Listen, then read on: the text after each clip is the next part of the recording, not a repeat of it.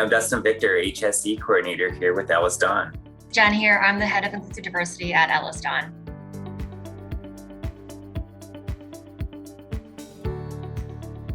Honestly, although EllisDon has been working on diversity and inclusion for a couple of years, most like a lot of organizations in 2020, it really was a year that we renewed our focus and put our foot on the gas pedal.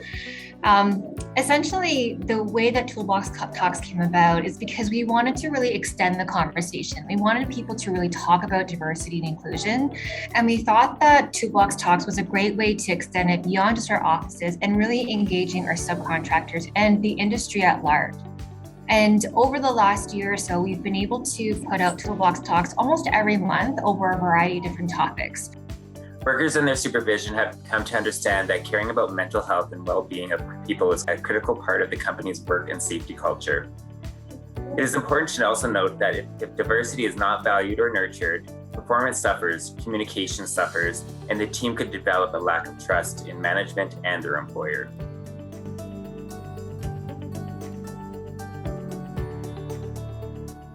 I do see workers interjecting and sticking up for other fellow workers if they hear language that is disparaging and not appropriate for our work site. And it's great to see that other workers are caring for other workers' mental health and well-being. The biggest change that I've seen is people's willingness to engage and talk about it in a way that we had never before.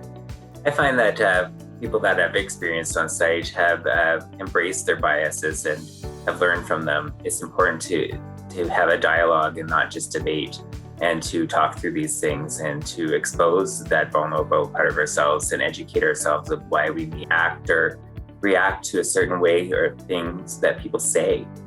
So I think it's very important that we continue to have these inclusive diversity talks because it does educate people and it does bring forth the awareness to the issue. Yeah, I love how you started off by talking about bias and people embracing their bias. And that's something in the last year that I've had to personally kind of grapple with, because we all are biased. Every single one of us on this planet has a bias in some shape or form. And when I did the Harvard Implicit Association test, which is a free resource for anyone to take, you can identify, or at least just use a tool to help identify what your biases are. And I remember doing that test, and at the end, it said, "You are biased, Jen." That's basically how I read it. And I thought, oh my goodness, how could I possibly be in this diversity and inclusion role and still have bias? Can I do that? And it took me a little bit of time to realize that bias has come from a number of different places. And although intellectually you know that, when you start to confront those biases and you see on a report that you are biased, it's hard to wrap your head around that. And so the way that I did that, and the way that I continue to kind of communicate that is, yeah, anyone has bias, including me, who does this for a full-time job now. And then two, it's the bias is the thoughts that you have in your head, but what you do next, once you identify your bias, that's what counts.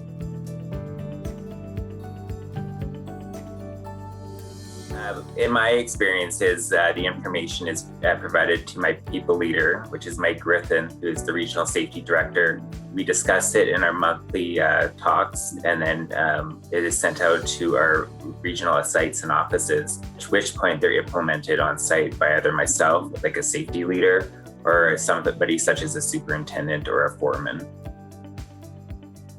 Yeah, when the Toolbox Talks first came out, it was relatively new for us to talk about it from a diversity and inclusion end. Actually, it was new for us. And so in the office, we're like, how do we do this in a way such that those who are delivering it are comfortable with the content?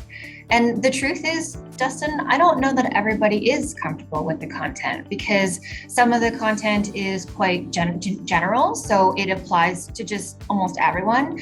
And some of it is more specific. And I think that depending on that person's comfort level, they may or may not be comfortable with what's being said or written.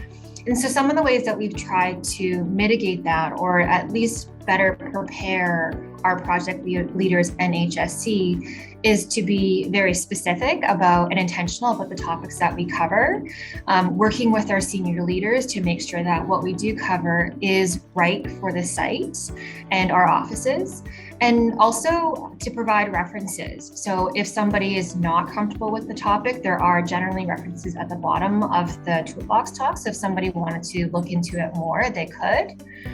But the truth is that not everybody is comfortable speaking about everything, and myself included. And I think one of the things that is really great about EllisDon is that there is that dialogue, or there can be that dialogue between those that deliver the toolbox talks and those who write it to say, well, what did you mean by that? And what does this mean? And how does this work?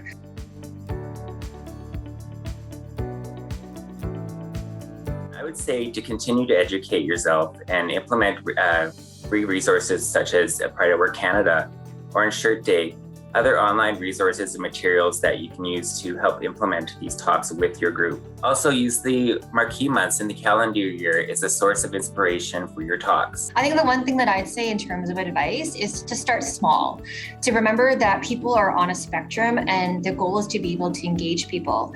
And I think that conversations around diversity and inclusion can sometimes unintentionally bring up feelings of guilt or frustration or defensiveness.